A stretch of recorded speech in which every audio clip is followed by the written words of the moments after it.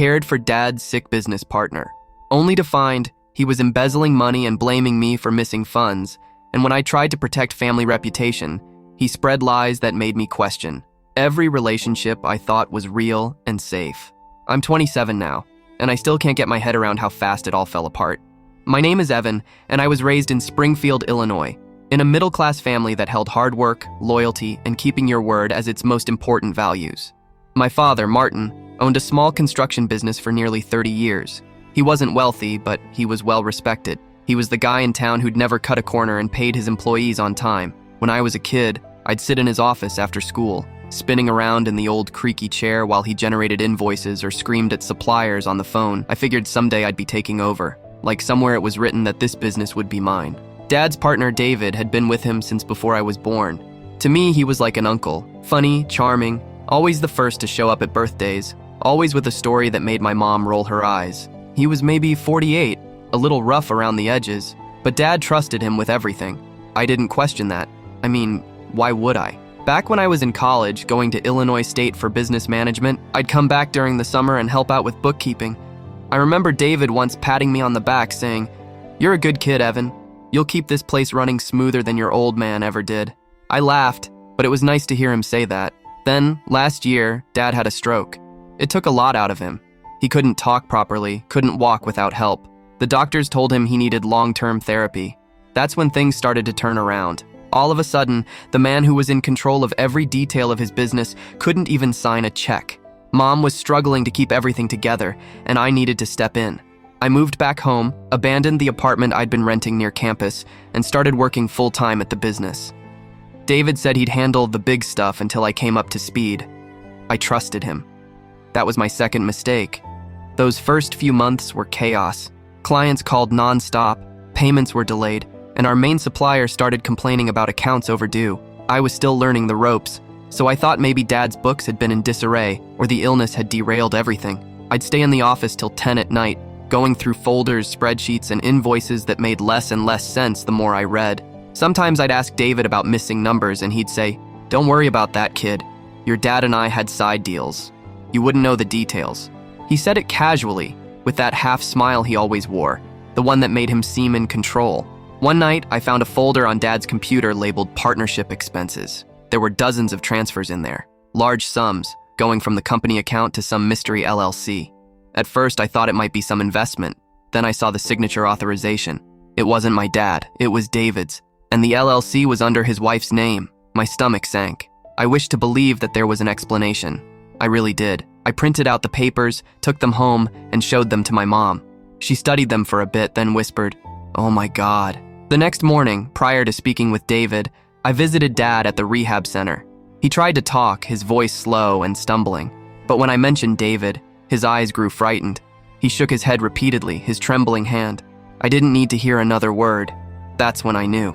I drove straight to the office. David was sitting at Dad's desk, his feet up like he owned the place.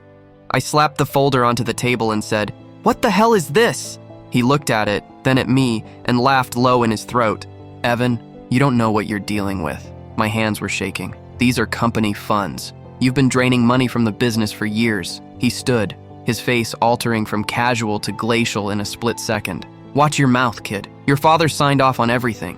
You think you can come in here for 5 minutes and start making accusations?" I said no. I had the proof. He leaned in close, just above a whisper. "You don't know what you're getting yourself into." And he walked out. Just like that. He never returned the next day, or the day after that. A week later, I got a call from one of our major clients informing me that David had told them I'd been embezzling company funds since Dad's stroke, that I'd run through the emergency fund trying to fix things. My chest tightened so much I couldn't breathe. Somehow he'd managed to turn it all around. Word got out fast. Within a few days, suppliers wouldn't take calls. One even said that they'd heard I was under investigation. I had not even made a report yet. It was unreal, seeing your life crumble in slow motion. Mom begged me not to go to the police. "Think of your father," she said. "His name, his reputation." I knew, but every ticking second made me feel smaller, more trapped. I had a meeting that week with Dad's old accountant, Mr. Hawkins. He was retired now, but I trusted him. He read through the files quietly, flipping pages, muttering to himself. After an hour, he said, "Evan, your dad's partner's been bleeding this company for at least 3 years.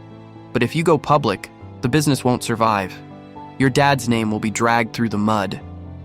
I sat there looking at the papers, feeling the weight of every decision I didn't want to make. I couldn't sleep that night. I could hear my dad's voice in my mind, the way he'd always say, "Do the right thing, even if it costs you." What was the right thing here, though? Expose David and ruin everything my dad built, or shut up and allow him to continue to get away with it? Every day was a balancing act. Then one morning, I arrived at the office and found the locks had been changed. There was a sign on the door that said, "Pending investigation." My heart dropped. I tried calling David, no answer. Mom showed me later that evening an email that someone had anonymously sent to our clients. It was in my name: fraudulent invoices, fraudulent signatures, fraudulent statements, all pointing to me as the one who'd embezzled the funds. David had gone nuclear. He didn't just take the money, he took our reputation too. I wanted to scream, so I just sat at the kitchen table, staring at the wall, wondering how it was possible for one person to create so much havoc and still be able to sleep at night. That was the start of everything unraveling. After the locks were changed, I had no choice but to move into full-time damage control. I wasted weeks tracing every single transaction, combing through files that made my eyes burn, matching invoices and calling clients one by one, trying to make sense without letting on that I knew David was the culprit. Some of them accepted it immediately, others did not. I could hear the skepticism in their voices, the pause, the kind of implicit judgment that tightens your chest. I couldn't get Dad out of my head, how he'd built this business from the ground up, how he'd spent holidays and weekends working, how he'd trusted this man more than he'd trusted anyone, and now it was all at risk. I felt guilty for not having seen the signs sooner, for having been charmed by David the way I had. Mom, 55 now, remained my rock, although she was frightened out of her wits. She just kept saying to trust myself, to know that the truth always prevails. But every time I went to act, every time I thought I had a handle on it, David would manifest himself in some form. A message, a communication with a client, a rumor in town, and suddenly I was back at square one. One morning, I got a call from my younger cousin Trey, 22, who worked at a supplier we'd been using for years. He paused, then asked, "Evan, did you take the money from Dad's company?" I froze. I could not even speak. My own family was starting to question my integrity because of David's lies. The isolation hit hard. I decided to face him directly, but I knew I could no longer go into the office. It was no longer mine. I went to his house one rainy afternoon. David opened the door, relaxed, as if he had no idea about the storm he'd created. He invited me in. I went in past the trophies, the smiling family photos, and into the kitchen. I laid out the files, the transfers, the emails. "You've destroyed everything," I said. He shrugged, leaning against the counter. "I've saved my family," he stated flatly. I could feel my anger well up. "Your family? My father's reputation is destroyed. My reputation is being dragged through the mud." He looked at me, that half smile again, and said, "Sometimes people have to fall for others to rise. You will see one day." I left without a word, drenched from the rain, trembling, trying to piece together anything I could do next. I sat on my bed that night and stared up at the ceiling. I did not sleep. I started remembering all the little things I'd noticed over the years, the efforts he would always make to get Dad to sign documents at odd hours, the telephone calls which would abruptly get cut off when I entered the room, the not-so-subtle comments he would pass when clients praised me. I had put them down to coincidence or paranoia. I felt stupid. I started talking about it with Dad each time I visited the rehab center. His words were disjointed, but his eyes told me a lot. He gazed at me with fear, regret, and helplessness at the same time. "Evan, be careful. Don't trust anyone." He wasn't able to utter another word, but that was enough. I told him I'd watch over the company, that I wouldn't let David win. I didn't realize at the time how much that promise would cost me. The weeks dragged into months. David kept spreading lies about me. One of our long-term clients suddenly decided to go with another contractor, citing trust concerns, though I knew the truth. A supplier who had worked with Dad for decades refused to return my calls. Even my friends began to doubt, unsure of whom to believe. I questioned every relationship that I knew was solid. Could I trust anybody in my life? Could I even trust myself? Each of the little triumphs in revealing his schemes was bittersweet because for every step forward, 2 steps back were taken. I remember this one night, sitting alone in the office after everybody had gone home for the day, staring at the spreadsheets and realizing that this wasn't about money anymore. This was about reputation, family, and who I was as a human being. I'd lived my life considering honesty and loyalty, and suddenly the world didn't have any rules. I thought about David, about how effortlessly he had manipulated us all, about how he had gotten me to doubt my own judgment. I started keeping a record of each encounter, each phone call, each email. I had to build a case, not just for my dad, but for myself. It was during this time that I started receiving tacit support from unexpected sources. Clara, 26, a client's project manager, reached out to me quietly, saying she believed my side of the story. Ramon, 32, one of our subcontractors, sent me an email with detailed notes on payments he'd noticed that didn't make sense. These tiny moments gave me hope. It served to remind me that in spite of the betrayal and the lies, there were people who wished to see the truth if they had a chance. Still, the emotional toll was great. I had panic attacks I never expected, insomnia that turned me into a walking zombie, nights I sat in my car in the driveway, holding onto the steering wheel, whispering to myself, how did it come to this? I had to keep a poker face for Mom, for Dad, for all those individuals who believed in me. But inside, I was a whirlwind of anger, sadness, and confusion. I'd become super sensitive to every comment, every glance, because I never knew when David would strike again. I couldn't trust him, and now I couldn't trust anyone entirely. Then came the day David tried to get law enforcement into it. He accused me of cooking the books and stealing money. The irony hit me so hard, I felt the floor fall out from beneath me. But I had kept all my records meticulously in line. I met with our lawyer, Mr. Chen, 50, who'd had dealings with Dad for years. He looked through the files and said, Evan, you're airtight. Everything points to him, but this is going to get nasty. People will talk.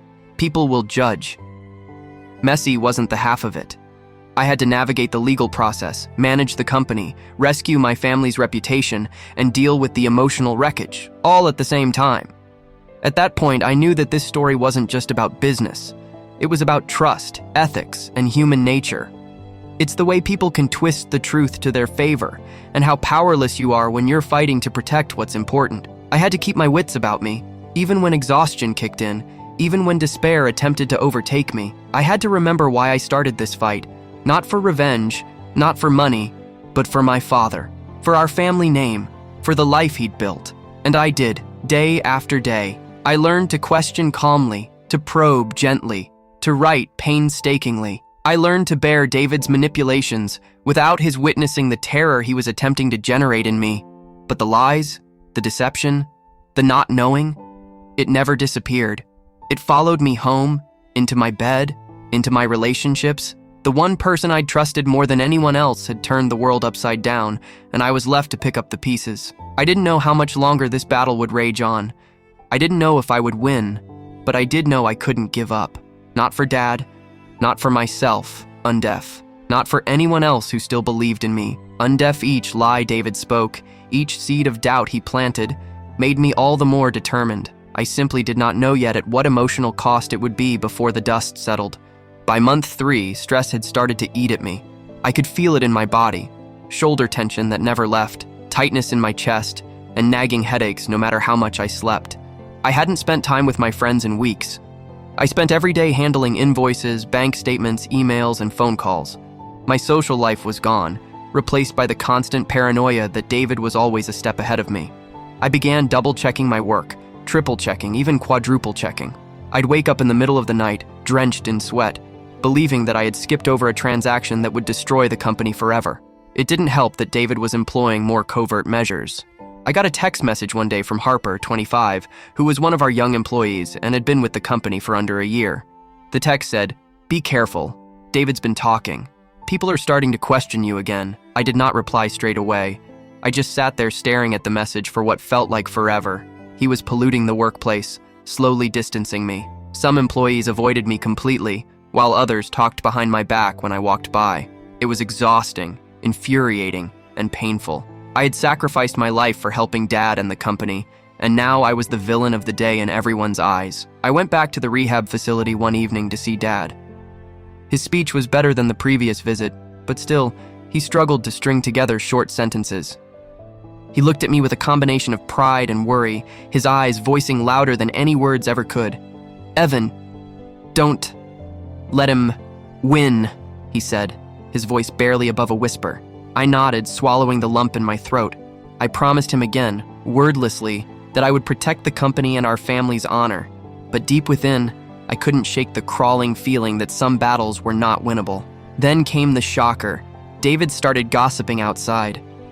I was receiving calls from old friends and family members that he was telling them I had been irresponsible with money, that I had stolen from Dad, that I wasn't worthy of caring for anything.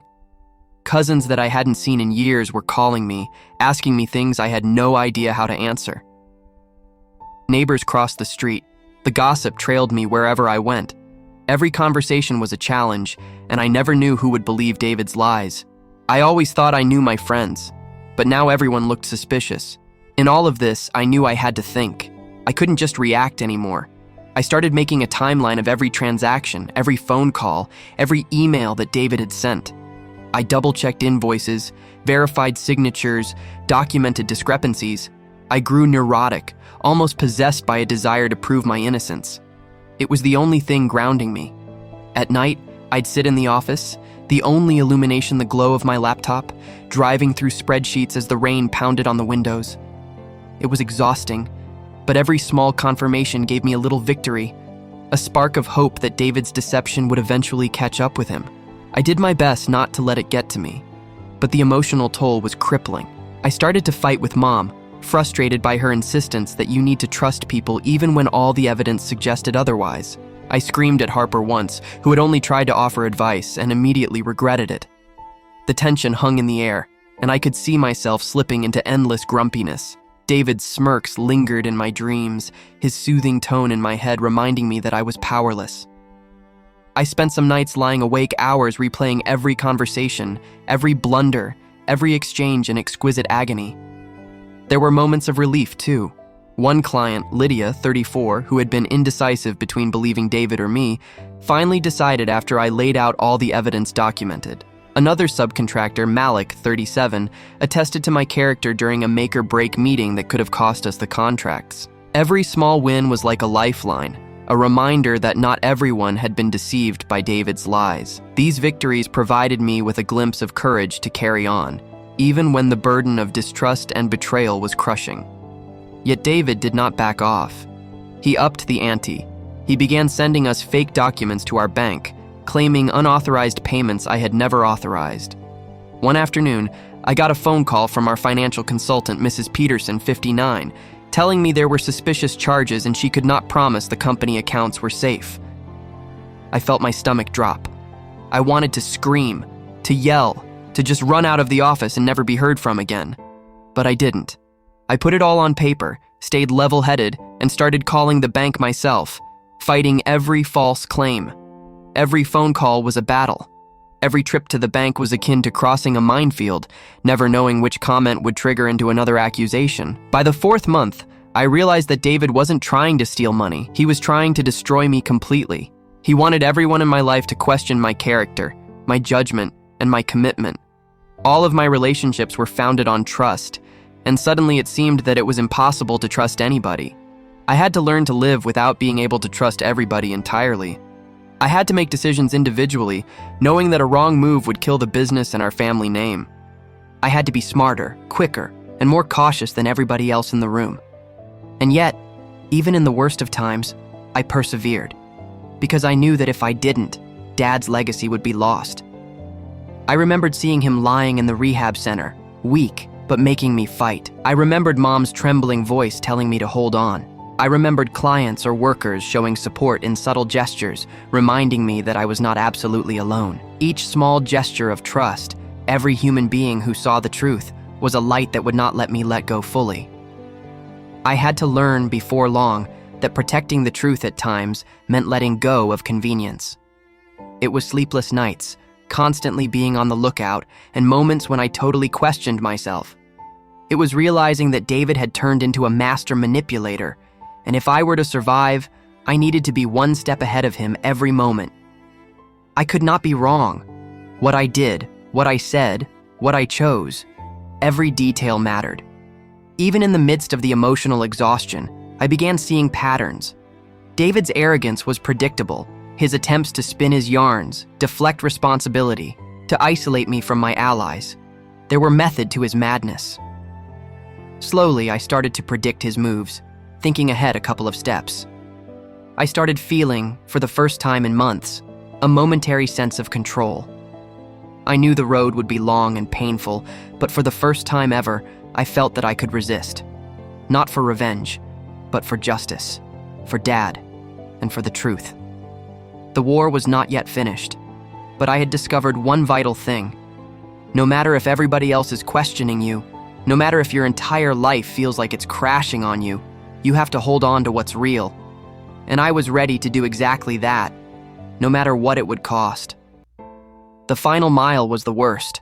David had filled in some again after months of my collecting evidence, but he was not gone.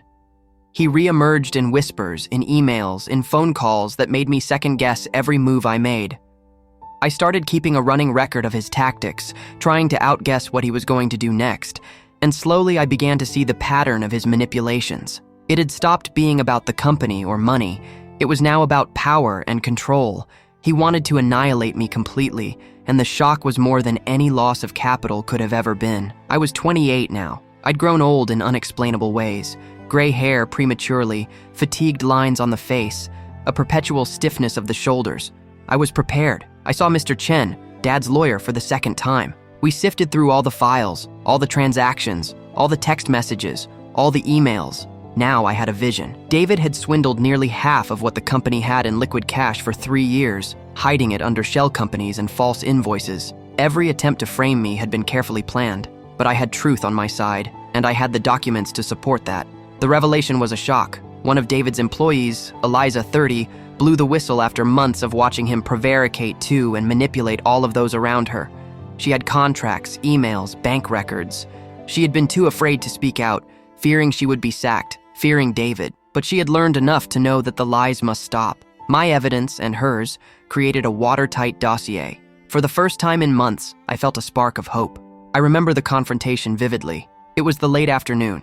I met David halfway, a small conference room in a building not owned by either of us. He showed up dressed down as if everything was normal. I laid it all out. The papers, the chronology, the witness statements from clients, employees, and subcontractors.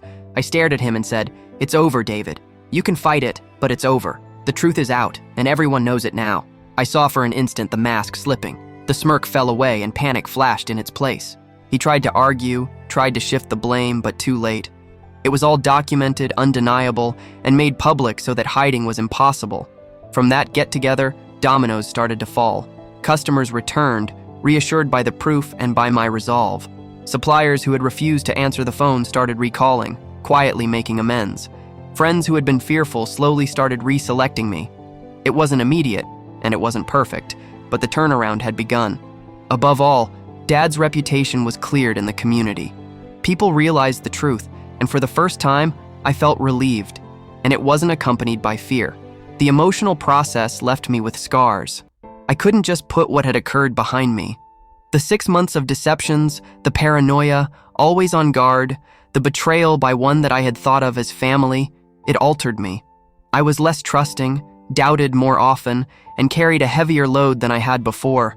I learned to see how fragile relationships are, how simple it is to be deceived by appearance, and how crucial it is to stand on principle even when it's terrifying. But there were quiet victories too.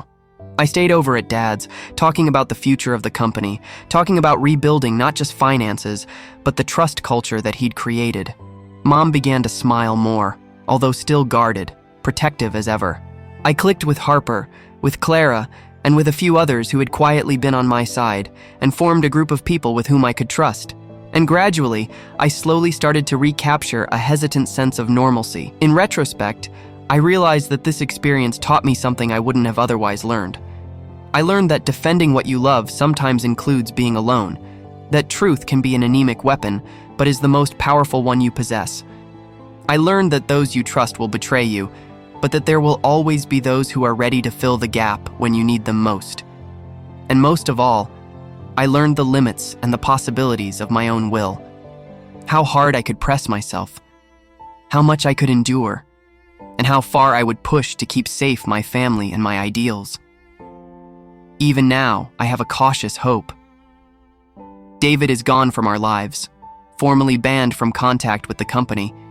Yet the psychological residue lingers on. I catch myself double-checking numbers even when there is no risk, reading motives in ways that used to be mine. But I am stronger as well. I know that if this sort of thing were to happen again, I have the willpower to fight back. I can uphold what matters most, even when the chances appear to be irrevocably against me. This experience also reshaped my relationships too. Some people I thought I knew best forsook me, their own uncertainty too strong to overcome. Others rallied in ways I didn't expect, showing loyalty and honor that restored my faith in the goodness of man. It has shown me to value actions over words, to hear the whispers, and never to underestimate the force of blind faith. Every encounter carries more weight now.